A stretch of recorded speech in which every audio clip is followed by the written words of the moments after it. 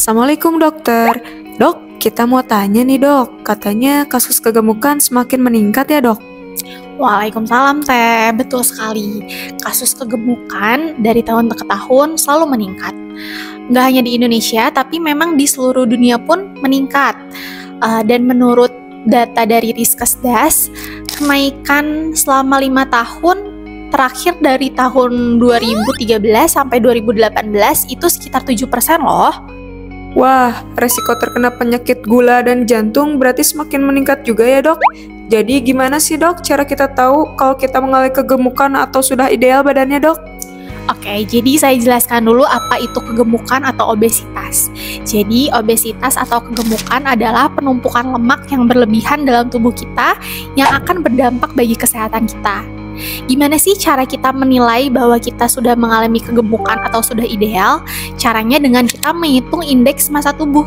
Caranya, berat badan dalam kilogram, lalu dibagi dengan tinggi badan dalam meter, lalu dikuadratkan.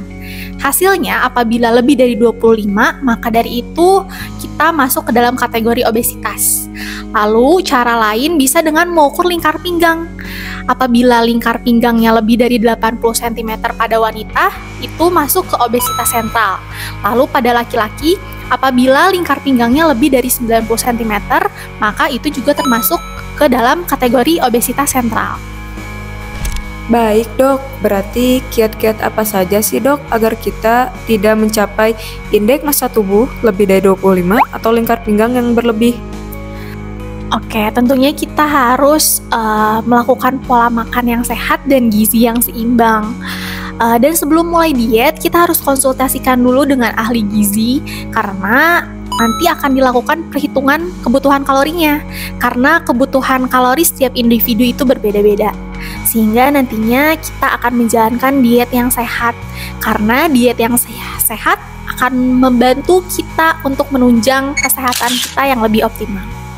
Halo Teh, kita mau tanya terkait pengaturan pola makan untuk mencegah dan mengatasi kegemukan dong. Halo Teh, untuk mengatur pola makan, pertama-tama kita harus tahu dulu nih kebutuhan kalori kita sehari berapa.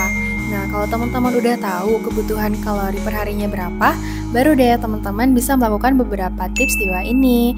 Yang pertama, teman-teman bisa mengurangi makanan yang tinggi kalori, seperti makanan cepat saji, makanan yang tinggi gula, ataupun goreng-gorengan.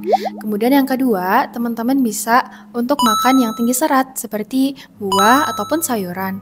Lalu teman-teman bisa makan protein dengan lemak yang rendah. Kemudian untuk karbohidrat bisa makan dengan karbohidrat yang kompleks.